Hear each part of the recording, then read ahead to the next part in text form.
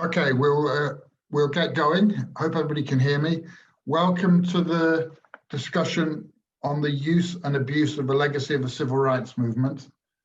I'm Jeff Kidder, the Chief Executive of the BOI charity. I'm chairing this discussion. And just if anything goes wrong technically, my colleague Lizzie Sanderman is a co-host and will take over, and everything will carry on smoothly. We're very pleased to have Nicolas Kinloch with us today to open the discussion. Nicolas has taught history, and particularly American history, for many years. He has been a deputy president of the Historical Association and a teacher fellow of SOAS in London. So we're very pleased to have Nicolas with us. He'll give an opening presentation for about 20 minutes, and then we'll open it to the floor, have questions, discussions in the same style that we did this morning. So Nicolas, thank you very much. Thank you very much, Jeff, and I hope, as at every séance like this, that everyone can hear. Well, I'm going to start by saying that one reason I think the modern sort of social justice movement has found it relatively easy to dismiss the legacy of the civil rights movement is that that legacy has rarely been properly appreciated.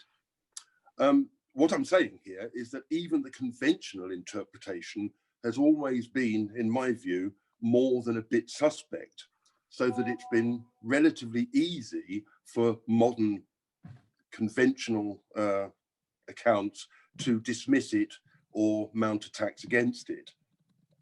So what I'd like to do is to start with what we might call a bit of a reset in the conventional history of the civil rights movement, before going on to examine how that conventional history has so readily been abused, or still more commonly, simply ignored. But even before I do that, it's worth considering and asking ourselves just why it is that the American civil rights movement should be such an important story in Great Britain. These events took place 50 years ago, in a very dissimilar country, thousands of miles away. And you might therefore think that it hasn't really got that much to do with British people of whatever colour. But that isn't the case, in fact. In British schools, it's a very widely taught topic indeed. And when I was a teacher trainer, which I still do from time to time, I used to ask who had studied American history at school. And the answer was that almost everyone had done so at some level or other. But further questioning revealed that in almost every case, the civil rights era was the only aspect of American history they had ever studied.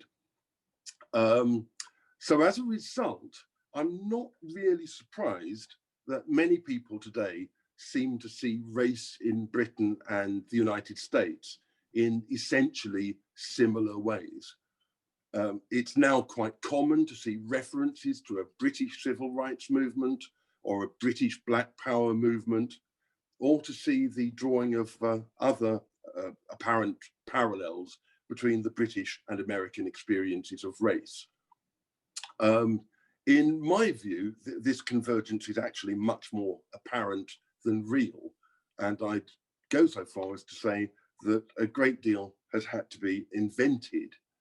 The history of race in Britain is really so different from the United States legacy of recent domestic slavery and legal segregation that I don't think there's much valid comparison.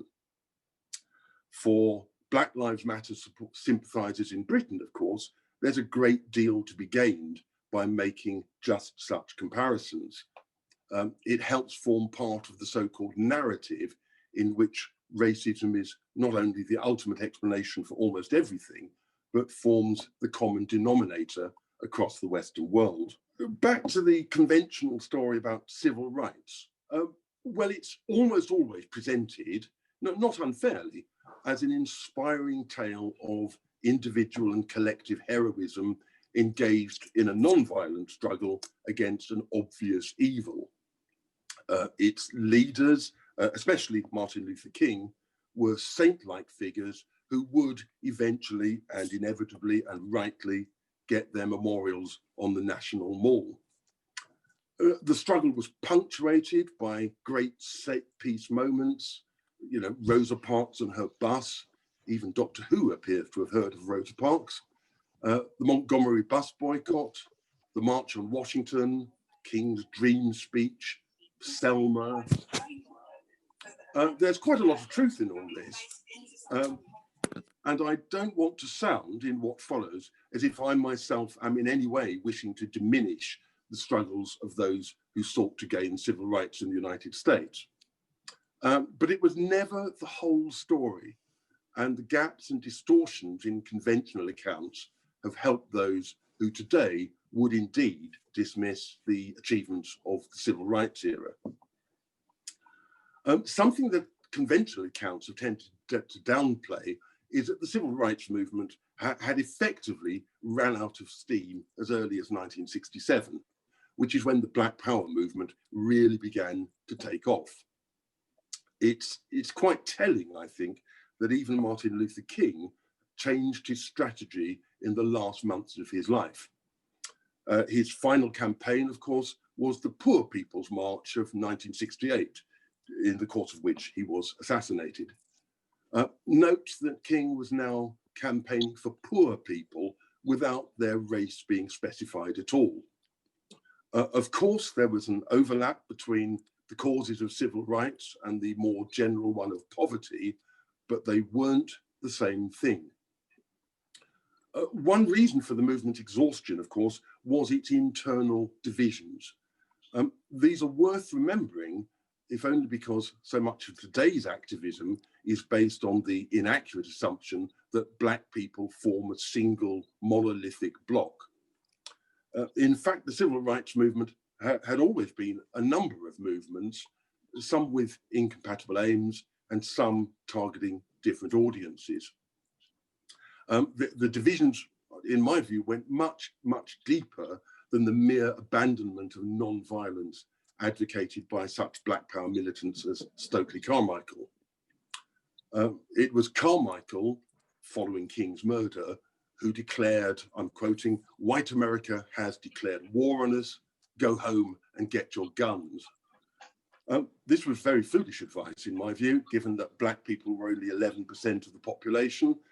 In a racial war, Black people were only going to lose, something as true in 1968 as it is true in 2020. But instead of being dismissed as the posturing it was, plenty of people in 1968 took to the streets. Riots and looting affected more than 100 American cities, and the main victims, just as in 2020, were Black people. But even those who agreed on non-violence as the way forward were quite often mutually hostile. A good example was King's Southern Christian Leadership Conference and the rival SNCC, the Student Nonviolent Coordinating Committee. Both were committed to the peaceful achievement of civil rights. But the students, sometimes I think understandably, came to resent the power that King's organization wielded. All too often, they found that their campaigns were ignored until King and his followers turned up, usually accompanied by television cameras. They'd follow a day or two of intense publicity in which the students were expected to do what King's followers told them. Then King would depart, often without much real change having taken place. And unlike the students, whose leaders included people such as Diane Nash and Gloria Johnson, there were few women in similar positions in King's organization. So it wasn't surprising that SNCC became so hostile to King, and that legacy endures. According to Dewey Clayton of Louisville University, Black Lives Matter has decisively rejected the civil rights movement's hierarchical style of leadership, with the straight Black male at the top giving orders. And it's certainly striking that Black Lives Matter has not, so far, seen the emergence of any charismatic leaders, and seems indeed rather averse to them. It might be worth noting at this point that the reference to straight in that quotation is also a highly significant one. The civil rights movement was largely conventional in its approach to such things, by which I mean, of course, that it was conservative and by today's standards, rather homophobic and sexist. Whereas today's BLM is fully engaged with modern identity politics. Its website declares that it gives special attention to the needs of Black queers, the Black transgendered, the Black undocumented, the Black incarcerated, and others. An attention would have seemed, I'm sure, utterly bizarre to the civil rights movement of the 1960s. The reason, of course, is that by doing so, it seems to offer something for just about anyone who can claim victim status. And to that degree, it resembles the end of the civil rights era rather than its heyday.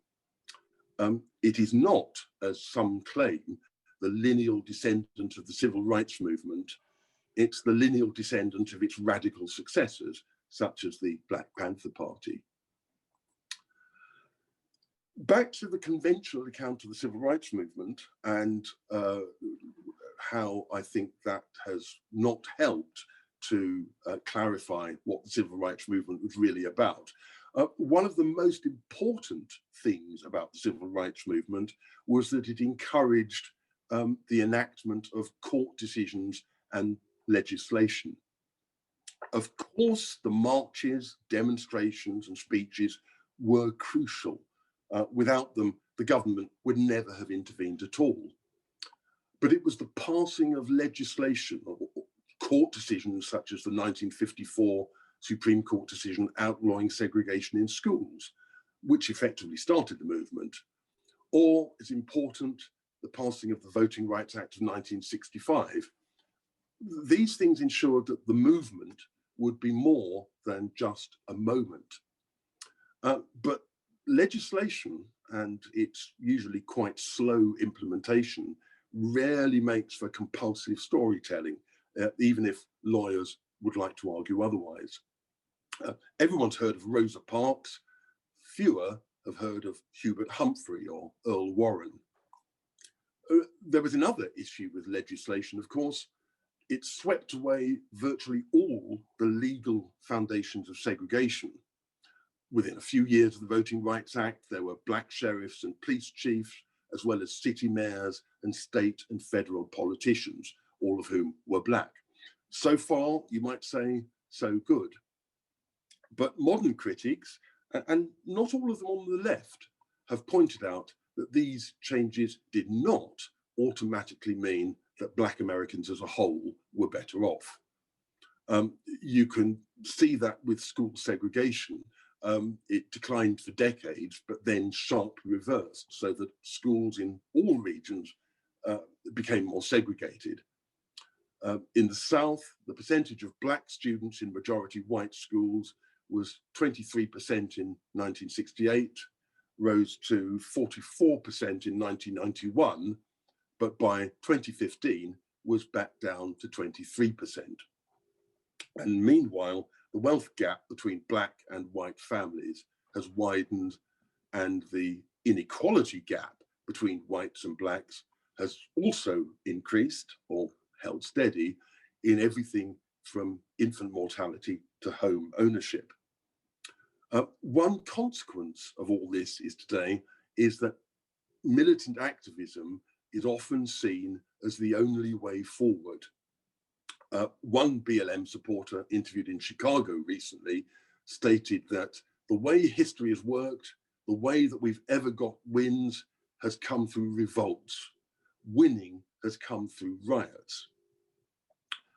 So widespread is this view that BLM has never felt the need to mention any laws they propose that would end the systemic racism they blame for most ills. And that's because they don't see such respectable routes as any kind of solution. In their view, the civil rights movement's successes were transitory, and they don't intend to make the same mistake. it isn't surprising, of course, that this should be the activist reaction. Activism is what activists do. You might go further and say that is all they do. As Tanya Faison, co-founder of the Sacramento BLM, put it in March 2020, the only thing that will fix this is a revolution, and elections aren't revolutions.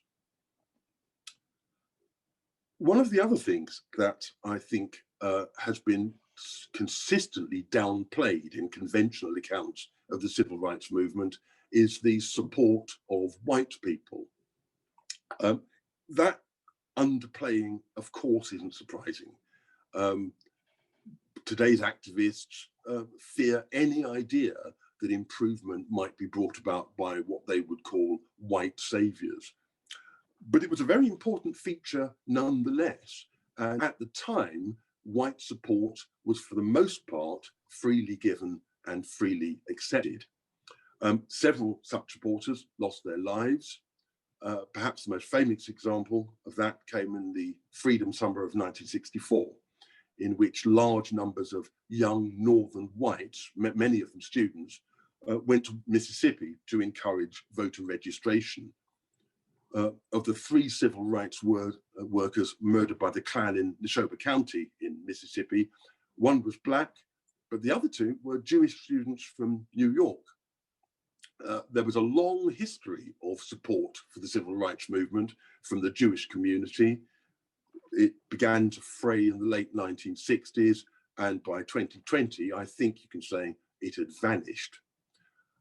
Few were surprised then to see that BLM describes Israel as an apartheid state perpetrating genocide, or that BLM's UK representatives claimed that people were gagged of the right to criticize Zionism. I think it would be going too far to state that BLM is anti-Semitic, but it might be accurate to suggest that some of its members are, and that minimizing the role of white support for the civil rights movement has assisted that development. The confusion, I won't put it more strongly than that, about the real nature of the civil rights movement's success has made it much easier for its legacy to be challenged in our own day. I don't think there's much doubt that the leaders of BLM have little time for the civil rights movement. How could they? Many civil rights leaders were religious, and the Black churches played an enormous role in both organizing and financing the movement. But BLM was founded by Marxists, whatever the Church of England might say. It's partly a distaste for capitalism, for example, that explains the support for looting, which is quite common amongst Black activists nowadays. One BLM supporter in Chicago, Ariel Atkins, went so far as to claim that looting was merely a form of reparations, and that she couldn't see that business was something that Black people needed. In her view, looting them was merely what Black people did in order to survive. She went even further than that, actually, and I'm quoting here, the whole idea of criminality is racism anyway, because criminality is punishing people for things that they need to do to survive, or just the way that society's affected them with white supremacist bullshit. The civil rights movement, by contrast, was very keen to distance itself from obvious criminality, and it had an equally strong aversion to any obvious association with Marxism. When King was accused of having communist advisors, he dropped them, sometimes reluctantly, but he dropped them. The veteran civil rights campaigner Robert Woodson recently observed, BLM are trying to trade on the moral authority of the civil rights movement. During the movement, we had standards of both character and behavior as to who could participate in the marches, and if people came in and were disruptive with their own agenda, we expelled them. At the civil rights movement heart were principles of redemptive love and non-violence, and I think neither of those could be considered central to modern critical race theory. Many of the key figures in the civil rights movement were American patriots, and a good number were war veterans, such as Medgar Evers, the civil rights leader from Mississippi, assassinated in 1963. What such people wanted to do, and I think what King was wanted to do, was to participate in the American dream on an equal footing with everyone else. In other words, they sought equality of opportunity. Today's activists demand equality of outcome, which is what you'd expect Marxists to wish for. The first, equality of opportunity, was to some extent at least perhaps achievable. The second, in my view, is not and probably never will be. Where the civil rights movement sought integration, elements of the modern movement seek separation, based in some cases on quite explicit anti-white racism.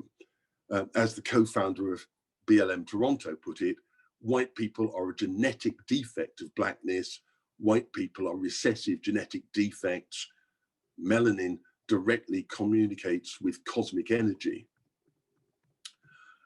So if they disapprove of the civil rights movement, have today's activists taken anything from it at all? Well, they've certainly understood the importance of the media. The campaigns of the 1960s were to a great extent played out on television. Scenes of violence against civil rights protesters in Birmingham, Alabama, for example, in 1963, were key in influencing public opinion more favorably to their cause. The media were then often accused by the movement's opponents of acting as its propaganda wing, and there was quite a lot of truth in that. There's even more truth in it now, when much of the media has abandoned any attempt at impartiality and is happy, like CNN, to describe fiery protests as mostly peaceful. And current activists, of course, have the advantage of social media. One student said, I don't watch the news very often, so I don't think I would have known the full extent of the circumstances around George Floyd's death without social media. It has served to educate me on the wider history of the Black Lives Matter movement and on my own privilege. An article on the student website Redbrig, it's a British website, noted that activism has never been so easy. I'm just going to finish now, but I thought it was worth concluding with the words of Hawk Newsom, leader of BLM's Greater New York chapter. He said quite recently, if this country doesn't give us what we want, then we will burn down this system and replace it. I just want Black liberation and Black sovereignty by any means necessary. Those who imagine that Martin Luther King or the late John Lewis could have uttered such words, I think delude themselves. That's it from me. Thank you very much, Nicholas. That was very interesting, historically going into a lot of issues that people might want to raise. Also, some points which people might want to contest and Indeed. Query in the discussion. So give people a few seconds to gather their thoughts, but by all means, start to raise your hands using the participants button at the bottom. Raise your hands and I'll take a few questions, few points in order. And the other thing I'll ask you when I take you to unmute yourselves, so we don't have this dance of people muting and unmuting. So if I start with Jan McVarish, you'd like to unmute yourself and then the floor is yours. Thank you, Nicholas. That's really interesting. Just a couple of things that occurred to me. One is, I just wondered what you thought of, so if we've moved from this, the kind of legislative solutions to racial inequality, there seems to be a really concentrated focus on law and order now, and on the discriminatory application of criminal law, either in policing or in imprisonment. And that seems to be such a kind of predominant focus of current anti-racism.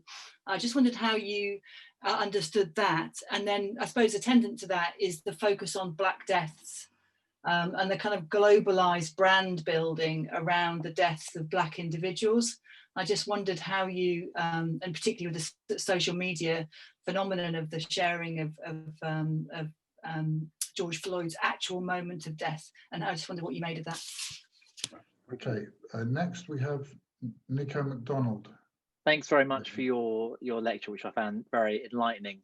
I had two brief questions. One, I was interested in the way in which you kind of debunk some of the certainly ways in which the civil rights movement is presented in the UK, particularly picking up on its conservatism and hostility to homosexuality, and no doubt, what should we say, non-modern views about women.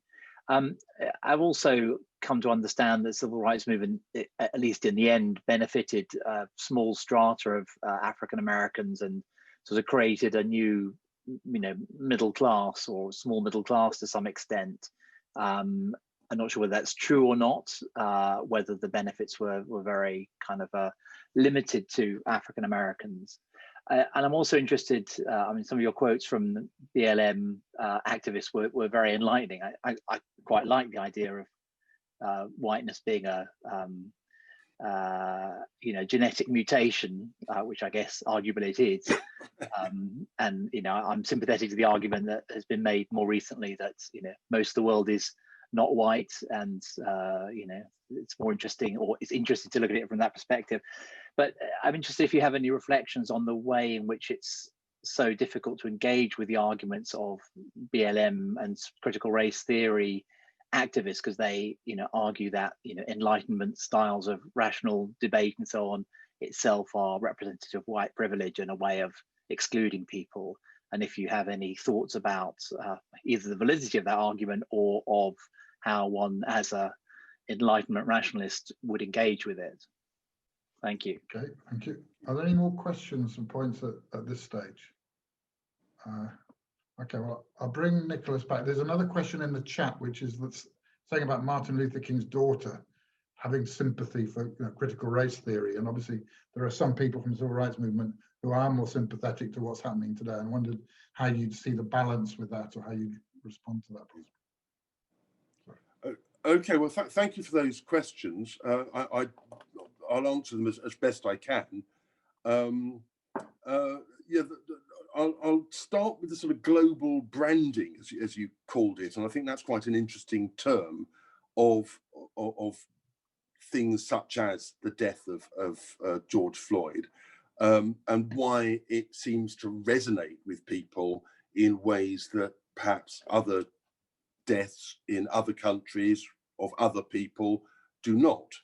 I'm not altogether sure why it resonates in countries like Britain more widely afield.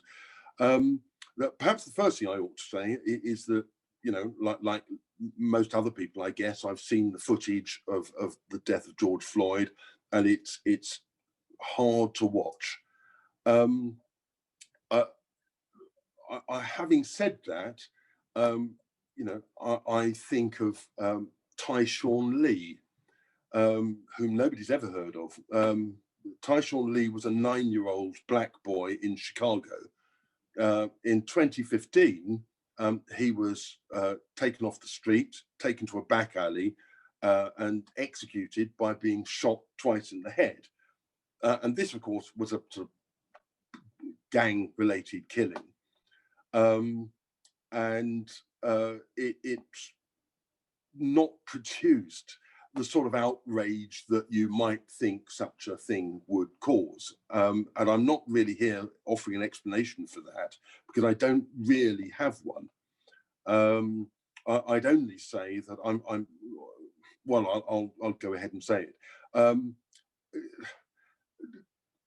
The death of George Floyd, and before him of Trayvon Martin and the other deaths, are quite useful to a political movement insofar as they serve and seem to support the narrative that they wish to be known.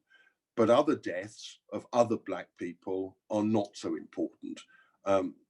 If I wanted to be crude about it, I'd say to Black Lives Matter, only some Black Lives Matter. Going to another, the second questioner. Yes, the civil rights movement was remarkably conservative. I mean, even by the standards of the day. But of course, that's because it emerged to a great extent from the Baptist Church. I could have said in the initial talk that Martin Luther King, to take the most famous activist of his day, has been to a great extent altered in the way in which he's presented.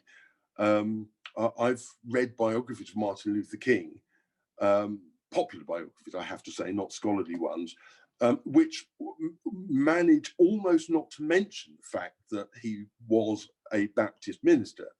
And insofar as they do mention it, they sort of suggest that this was the sort of rather eccentric pastime he indulged in when not engaged on the more important business of civil rights. But of course, it was absolutely central to his identity. But our secular age finds religion very, very difficult to cope with. And Baptists traditionally have not been famous for their acceptance of homosexuality, of and other things that are now regarded as normal. King and his fellow religious believers simply reflected the sort of standard of their day, I guess. The second question the second speaker asked, I think, was about how to combat if you're going to discuss things like white privilege with people who strongly believe in white privilege, how do you do so successfully? And I'm sorry to have to say that I don't think you can, because you're starting in a double bind.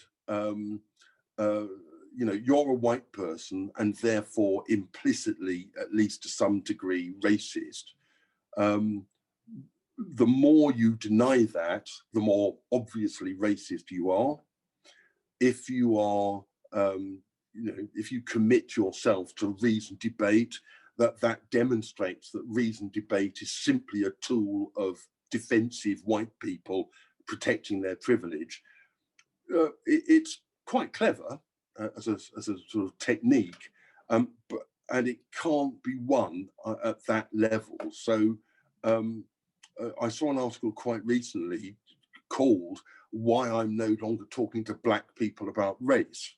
And the author wasn't really refusing to talk to black people, but he was refusing to talk to critical race theorists or supporters of critical race theory about race, because any amount of discussion, any debate was itself seen as racist. So there was no point. Thank you. Okay, so I'm going to now go back, take a number of points, contributions, and then we'll go back to Nicholas. So Phil Mullen, if you'd like to unmute yourself. There you go. Thanks. Thanks very much. It's very interesting, Nicholas. I wanted to ask a question pursuing your theme of the differences between then and now, or between the 50s and 60s and today, and in a sense picking up on one of the themes of this morning's discussion, which was to what extent the different or the peculiar social political circumstances of our times has seen the ascent of identity politics.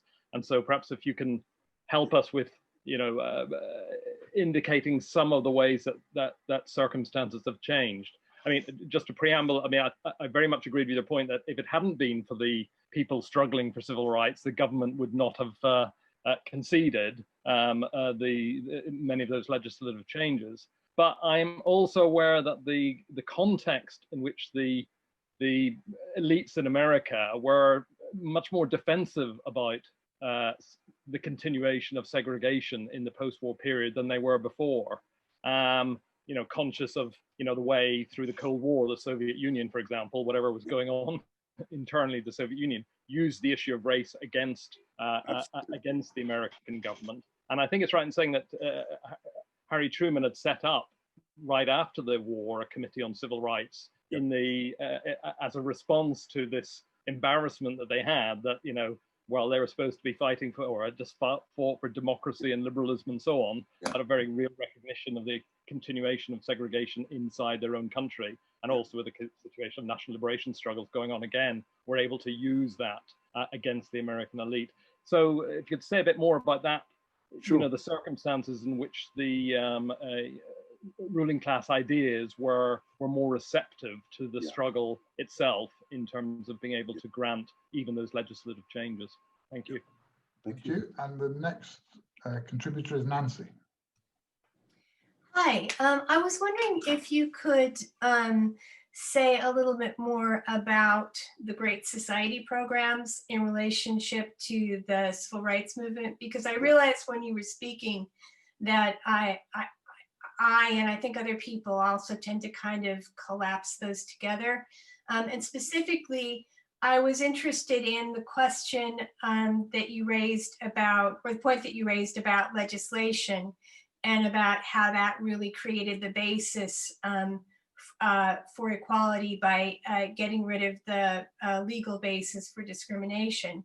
But I wondered if you could differentiate between that and what seems to have happened since that is that the state has become an activist state.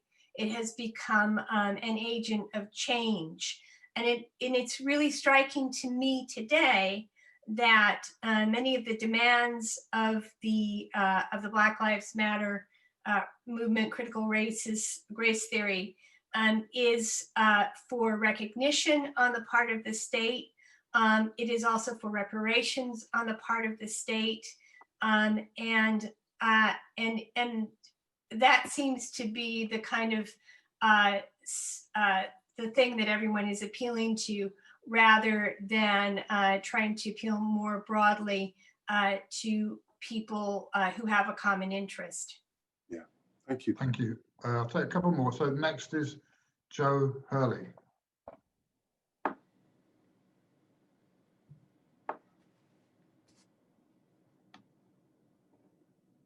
Joe. We can't hear you. Oh, I can't hear you. No.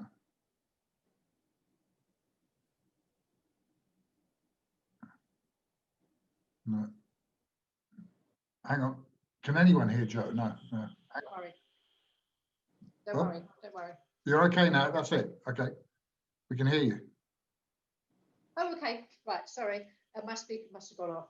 Yeah, I was just trying to understand a little bit more about the trajectory from the gap that you explained about the distance between Black Lives Matter and the civil rights movement, but then the widespread adoption by some of the ideas within the establishment and major institutions today. And firstly, I suppose, it's what does that tell you about the establishment in terms of their adoption? So I think it's a bit of trying to develop a bit more the points that Phil was making about what is it that it tells you about the establishment? Does it give you a sense of their confidence to co-opt that movement, or does it indicate their weakness by co-opting that movement? But then likewise, on the flip side of that, how does that then play itself out if Black Lives Matter is seen to harness and reflect some of the radicalism of people reflecting real social inequality that exists in America?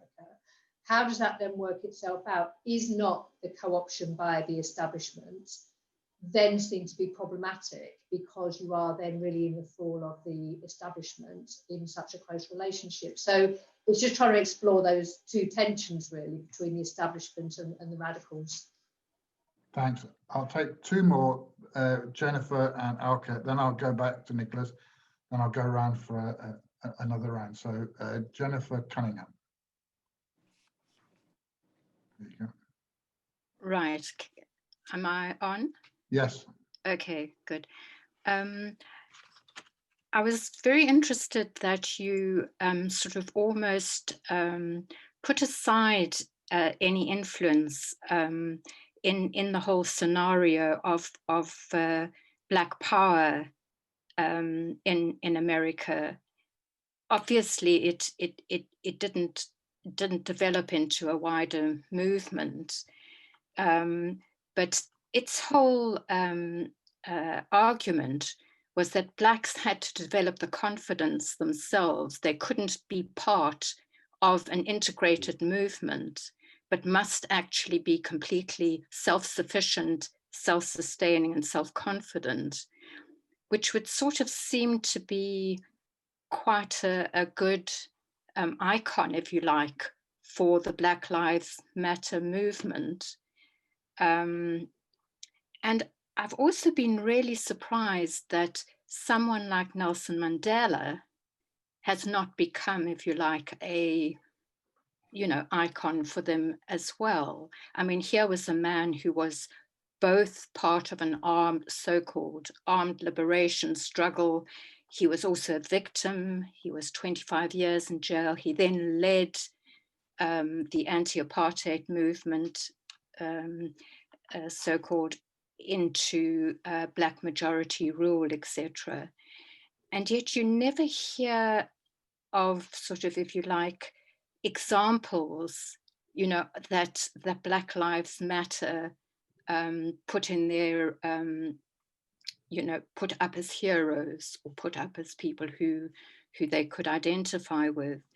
And I don't know if I'm wrong, but it seems to suggest that actually the Black Lives Matter movement has very, very little to do with being a strong political voice or, having an anti-victim sort of mentality, but rather it is more a case of really reinforcing, the victim mentality and identity politics. And so it's that disjunction between being a powerful movement with powerful people, it's, at a part of its historical legacy, and much more about identity politics and victim politics. And I suppose what really draws that out is, that their whole focus is against whites rather than against Black people actually having a leading role in their political struggles. Thank you, Jenny. And Alka. I'll unmute myself. Can No, you hear fine. me? Yep. Yeah. Okay, great. I suppose, I mean, 2 points really. I mean, what you've just said, Jenny, about Black Power and that building up your own self-confidence, it puts me in mind of the earlier movement, literary circles of negritude that people like Sartre supported. And the idea behind that was that having been excluded from kind of canonical, poetic, artistic, cultural circles, Black writers had to develop their own language and express themselves in their own way. But the thing is that they also, in doing that, there was a kind of, the idea is they were reusing, although they were developing their own voice, they were engaging with what existed before. They weren't rejecting it. It wasn't like that radical, we cannot, that Audre Lorde quote at the moment that people talk about a lot, the master's tools will never dismantle the master's house. But to me, that also speaks to the question Nico raised about the very tools of thinking and enlightenment, discussion, reason, knowledge being tainted. It's actually quite, that's quite dishonest, it seems to me, because they are using those tools. They're using language. These academics writing about this are using the publishing and lecturing circuits to get their ideas across. And I just want to do quickly, if I may, the quote from James Baldwin that I wanted to but didn't have time to this morning, which I just think is beautiful. And he writes, "Perhaps the language was not my own because I never had attempted to use it. I'd only learned to imitate it. If this was so, then it might be made to bear the burden of my experience if I could find the stamina to challenge it and me to such a test." And I think that quote really kind of, I think, speaks to both the kind of, and acknowledges the kind of, if you like, which are true, the depredations of subjective experience that people were talking about a bit this morning, that it is degrading to be, it can be very degrading to be singled out or not realized as a full individual because of your skin color, but also to recognize, also affords recognition to a commonality, you know, to something in common with which you can work together and change it. And in doing that, it's not a case of one giving over to the other or one being lost in another. It's a case of making something, you know, trying to build something new. I'll stop there. Thank you very much. So I'll ask Nicholas to come back, and then I'll Okay. come out and take all the remaining hands. Nicholas. Fine. Well, thank you for those questions, and I don't know that I can answer every single point, but I'll take what I seem to be some of the kind of key ones. I think the first questioner was quite right in sort of locating the civil rights movement in a particular post-war and Cold War context. And there's no doubt that the American government, starting with Harry Truman indeed, was very keen to avoid handing the Soviets at any kind of regular time this sort of gift of propaganda. And the Russians made a great deal of the fact that, you know, the United States claims to be free and democratic, but look at the way they treat their black population. So undoubtedly, I think the Cold War was, you know, quite central to the civil rights movement in certain key ways. And it also explains, of course, the assumption by people like J. Edgar Hoover of the FBI that communists must be behind the civil rights movement. He could think of no other explanation. So I'm sure that's right.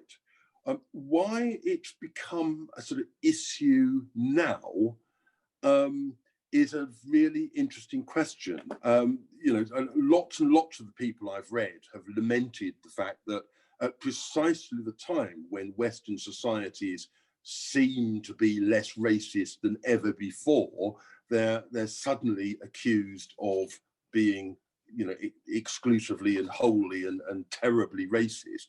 And why has that all happened now? And I don't know that I'm particularly well qualified to answer that question, to be honest. I'm not sure that I know. I suspect with most such moments or movements, it is a combination of things that have created this particular storm. I'd say the sort of, well, I'd say one thing, and I'll just focus on Britain for a moment. In the 1987 general election was the first time that a majority of teachers in British schools voted Labour.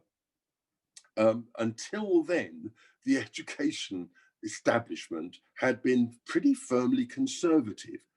But since the late 1980s, that is not so in schools, and it probably hasn't been true in universities since before that.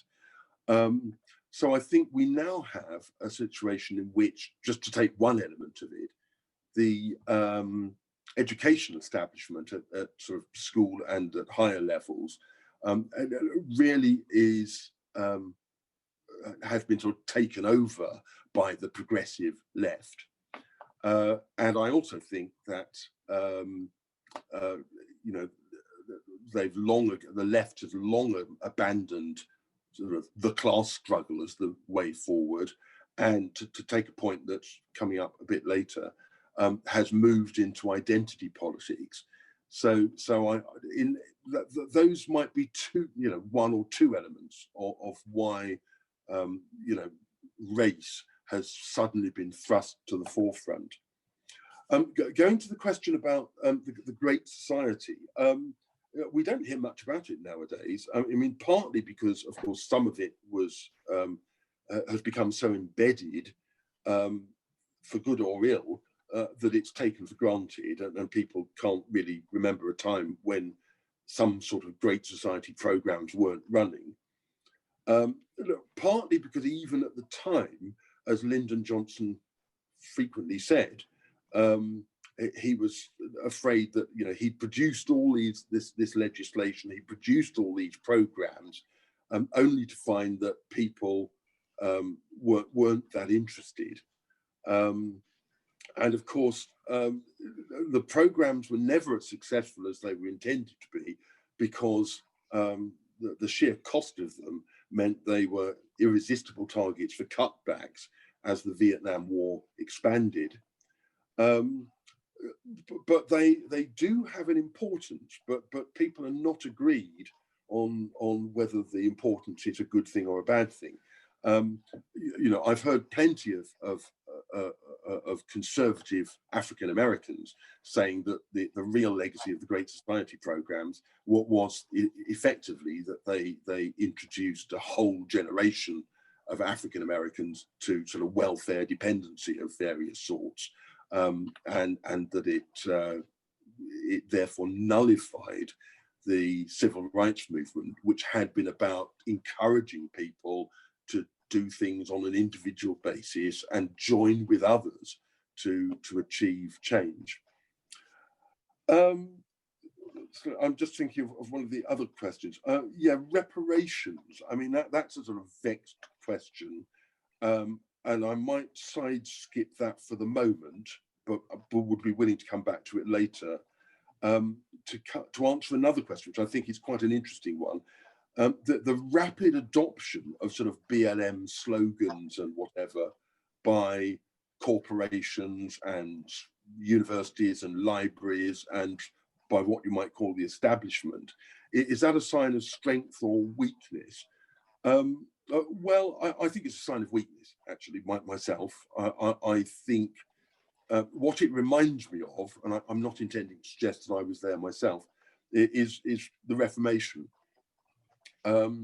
If you read if you read Eamon Duffy's wonderful book on the Devon parish of Morbath, which was run by one priest from the sort of 1520s to the sort of 1570s, what's clear there is that in his little parish, and I'm sure this was true across England in the sort of 16th century, there weren't really very many mobs of sort of foaming Protestants moving about, smashing things and demanding a shift to the new religion. There were some, but there weren't very many, and they were certainly in a very small minority. But people in authority could sort of see, or thought they saw, what was coming. And they told themselves that, you know, it was far better to adopt the language, take down the images, remove the stained glass windows, and we'll do it ourselves. Because if we don't do it, you know, the mobs will be coming, and it'll all be much worse. And so, you know, religious change in England was not so much accomplished by firebrand Protestant emissaries of the new faith. It was achieved by the Catholic authorities sort of giving in for fear of worse. And I think that's what we're seeing now, but I'm happy to be argued with about that. As for Black Power, if I'd had longer in my initial talk, I'd have talked about Black Power, and particularly the Black Panthers, because plenty of people, including in Britain, are really, really keen on them. And I've heard Black people in Britain saying, yeah, we need a militia, and referencing the Black Panther Party. I find it almost impossible, personally, to take them at all seriously. And if I'd had longer, I'd have said why. Briefly, they weren't part of the civil rights movement, of course. That they were an organisation. I'm talking about the Panthers, which really was about encouraging sort of Black pride and self-respect. And the way they tended to achieve this was by initially sort of local initiatives, setting up sort of schools and child centres and things, but also by what I tend to call sort of gesture politics, spectacular instances of sort of taking on the police, or invading the state legislature in Sacramento, for example. But they have a sort of glamour which has lasted 50 years, and I'd simply urge anyone who thinks that they're an example worth following to be very cautious that their later history is not inspiring. I wrote in a recent article that by the sort of early 1970s, they'd really morphed into a sort of drug gang with an unusually exciting logo. And I think there's some truth in that. And the fate of the leadership of the Black Panther Party is even more instructive. Exiled for many years, in prison for many years, murdered by sort of other drug barons, and perhaps sort of worst of all, Huey P. Newton, who wrote the great book of the Panthers, seized the time by the 1990s, was doing ice cream and barbecuing adverts on TV. Can I just, do you want to maybe, there's a few more points I'll take. And I'll get you to come up. Is that all right, Nicholas? Yeah, of course. There's just a few more hands, which I'll take, and then I'll get Nicholas to round up. We want to make final points, summary or whatever. So I'll take the people here. So next is Joel Cohen, if you'd like to unmute yourself.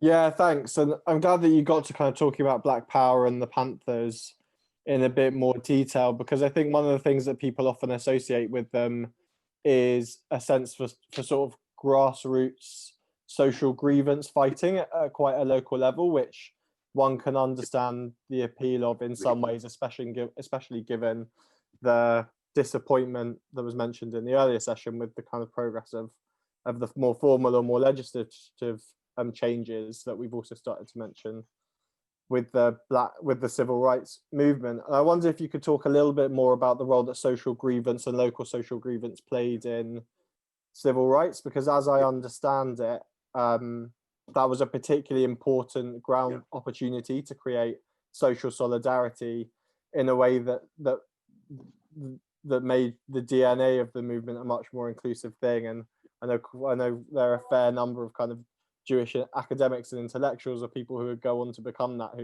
who found that experience of social solidarity to be a really, really transformative and kind of progressive one. Yep.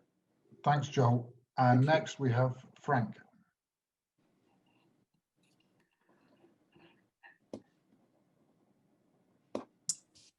Hello, guys. Hello. Can I ask, can you hear me okay? Yes. Yeah. Can I ask two questions of you, Nicholas? One, the intervention by Martin Luther King's daughter, I think it was, last week, interpreting the I Have a Dream speech in a way that was consistent with critical race theory. Any thoughts on that? Because, I mean, I've listened to that speech hundreds of times, and I can't find any support in that speech for any of this unscientific nonsense in critical race theory. But it's difficult to argue against it when you've got a family member saying that's what my dad thought or whatever it was. So what any thoughts on that? The second thing, in my professional life, I work with senior executives. I'm not an academic, although I do work at some universities. And my profession is the HR profession.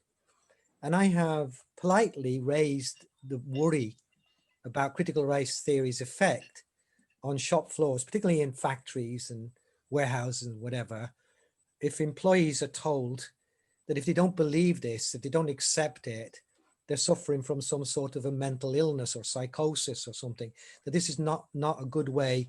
My speciality is employee engagement, to engage a workforce. Telling them if they don't agree, they're sick, is unlikely to engage them. So, but I've had a very frosty, I'd say almost hostile reaction. Where I've got to is they've now accepted there's no science behind this stuff, but they've continued to have it on the website and have it, as part of that. So I'm aware of the Don't Divide Me group and things like that, but they don't have a group, I think, for HR professionals or whatever. So in general, how do we fight against this stuff in our professional lives, if you like? Thank you very much. And David Bernard. Hello, Nicholas. That was a great talk. And in your earlier remarks, you mentioned that after civil rights, middle-class Black people in the United States did very well, or progressed and drifted away from the poorer. And I'm interested in your views on the comments by people like Jason Riley and Please Stop Helping Us and Thomas Sowell in their analysis of how some of the actions of the government after the civil rights movement actually has held back Black people in the States, and whether that has anything to do with what we're experiencing in the UK. Thank you very much. And finally, we have Jamie. Hi, thank Hang on, he's muted again. Yeah, okay. Thank you, Nicholas. Really appreciated that introduction. I do think there's a lot of significant differences between the civil rights and BLM today. And I think that disconnect is really quite something that can be taken advantage of. If you look at the fact that BLM is actually quite explicit in rejecting civil rights movement. Critical race theory is built on the notion that it was a failure. And but it's at the same time, you know, popularly throughout the country, there are a lot of people who really do see it as a continuation, and that gives it a lot of sympathy. So, and you can see, like, for example, when there have been some people spoken out, like athletes and some other celebrities who sort of said, well, I don't support Black Lives Matter, the movement. They're against the nuclear family or something like that. They get, you know, roundly rejected. Oh, what are you talking about? This is, you know, this is a civil rights, you know, this is about, you know, the police or something like that. So there, but, you know, but it does open up an opportunity to really, you know, talk about this in more depth. You know, really the Black Lives Matter has left the entire tradition. I mean, you go back to Frederick Douglass, W.E.B. Du Bois, you know, the whole tradition that's more universalist in approaching the question of race. So I do think that that's something that can be, you know, taken advantage of and should be, you know, to sort of highlight these differences. At the same time, I think there's a little bit of a trap to it, because you can sound very old-fashioned, right? And that somehow we're just continuing this civil rights movement, that we've had the same social economic problems as ever before, and really doesn't really try to explain what's going on today, and how, you know, to some of the other speakers around, you know, how it's all targeted at individuals today, right? That it's not like, even though it's appealing to the state, it's appealing to the state to do something to ordinary people and, you know, impose on them new ways of behavior, admitting their guilt and things like this, which is really quite new, and is really built, I think, on a sense of a highly psychological sense of self, that basically today oppression is denying someone's identity, their own like expression of who they are. It's a really, and so unless we can explain what's unique about today, I think the civil rights, you know, falling back on the civil rights isn't really enough. Yeah. Thank you. I've just been told that Peter, doing the traditional hand. So you're just coming, Matt, can you unmute yourself, Peter? Hello, everybody from France. I'm a foreigner in a foreign land. Brief points about the civil rights movement and Black Lives Matter. 3 reasons why a lot of people are wrong about Black Lives Matter. The civil rights movement and Britain. The civil rights movement is, well, I'm just looking at the post-war, post-Second World War period, bore little relation to Britain at the time. Britain didn't copy it. There was no great move for people in Britain to, people liked Martin Luther King, people liked what they stood for, but there was no great move to copy that. The Race Relations Act, 1973, I think it was, came along a bit later, but there was no move. Now, there's also Britain. Now, I've lived in America. I mean, and most people know there's no relation, and this has been said ad nauseum recently, between what and what happened in Britain. It's nothing to do with race. You can use the word black if you like, but being black in America is a whole world different to being black in Britain. And the third point I'd like to make is that Black Lives Matter, why so much impact now? Well, it must be obvious, isn't it? Television. Martin Luther King, you watched on your old black and white television or read the papers the day after, you took it in, you nodded your head, you took it in. Black Lives Matter, a policeman beats up a black person, the whole world's up in arms. We are in a mad world at the moment, and not just on race issues.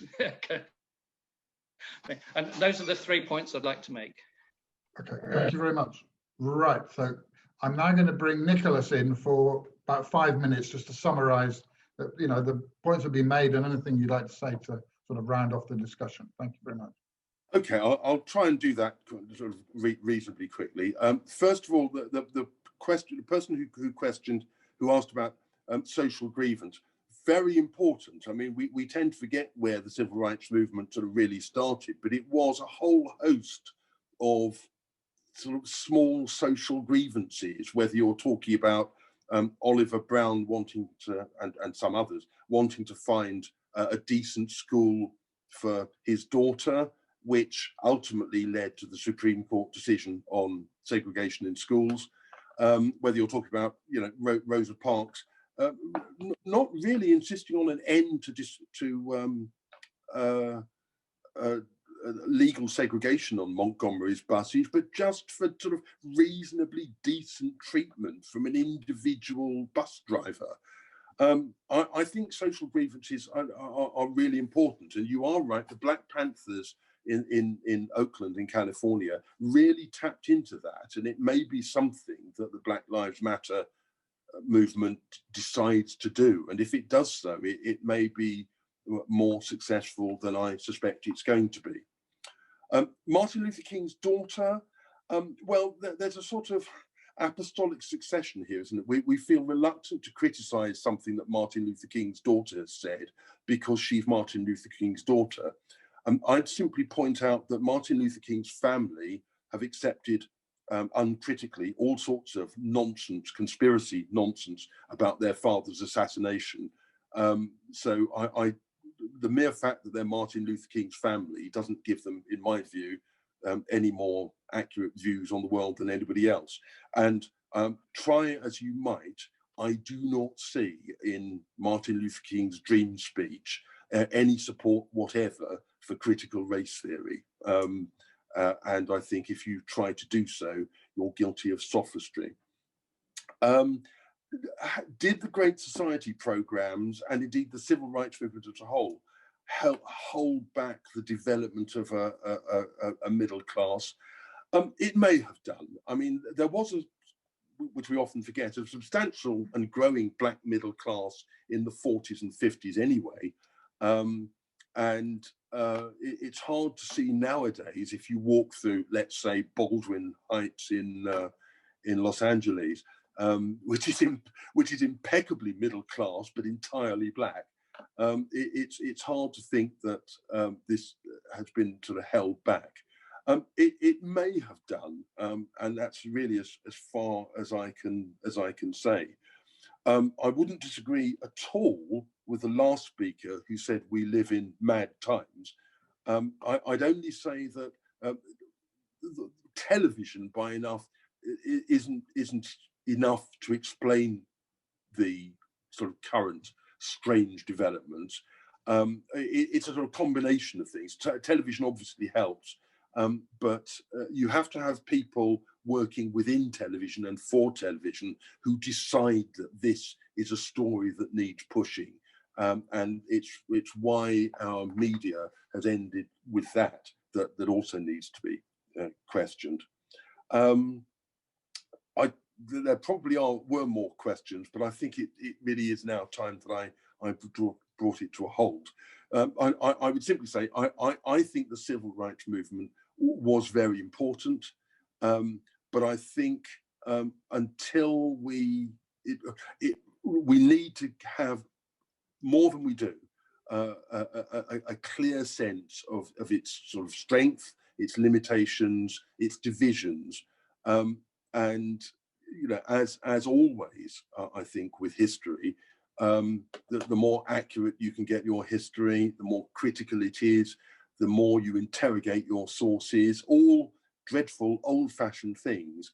But I think, you know, the more accurate we can be, the better. I'll end there. Thank you very much, Nicholas. I'm going to ask you all to unmute. There we go. And then we can give a round of applause if you so wish. Thank you very much. I know it's virtual and it's not real, but we really appreciate that. Was a very interesting discussion, certainly from my much appreciated. That was great. I'm sure. Thank you.